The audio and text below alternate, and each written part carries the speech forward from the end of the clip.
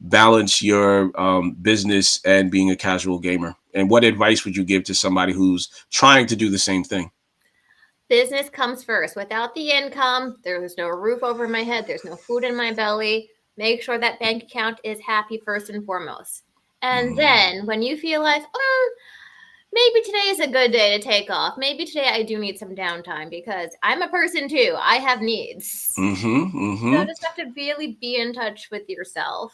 I have no issue working 7 days a week so long as I have some downtime in some shape or form. Got it. Got it. So you hear that, everyone? You put business first, and then if you want to use your games or whatever it is to relax, because you got to have balance in life, gaming is a good way to go about it. For sure. What would you say that you had a embarrassing or nude moment that you would rather forget? So we're going to talk about it. Trying to understand Dungeons and Dragons.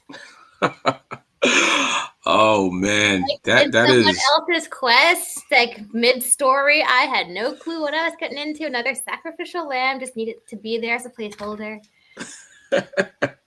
well, was there anything about Dungeons and Dragons you liked? I like the amount of creativity, but I cannot very impromptu create a character and be in character and figure out what's going on. If I just hopped in mid-game and like, yo, okay, there was a lot. There was a lot of mistakes made, and I kind of went with it. And then I was like, you know what? I'm gonna go over there and like find some snacks, and never came back.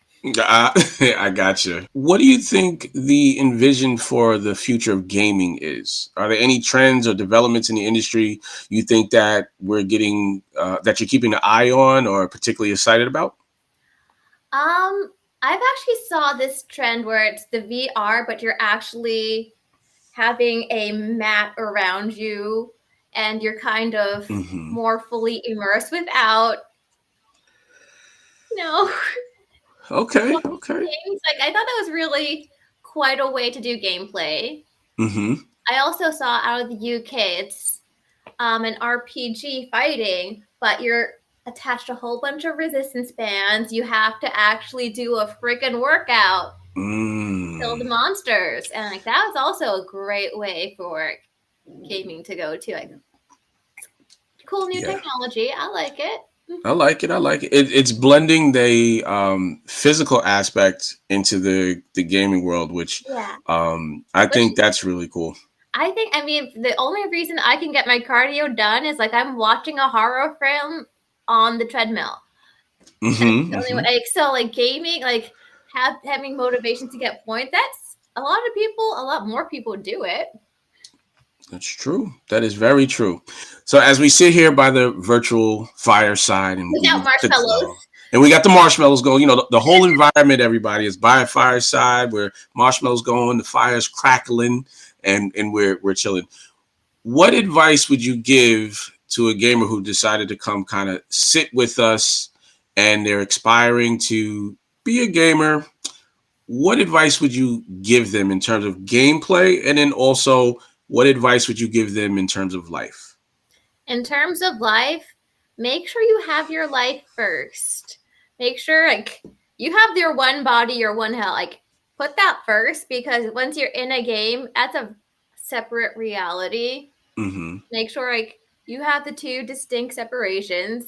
But getting into gaming, go in with an open mind, go in expecting to get lost. Like if you're someone who likes reading novels, you're gonna get lost in the game the same way. If you like going to the movies, you're gonna get lost in the game in the same way. It's an escape.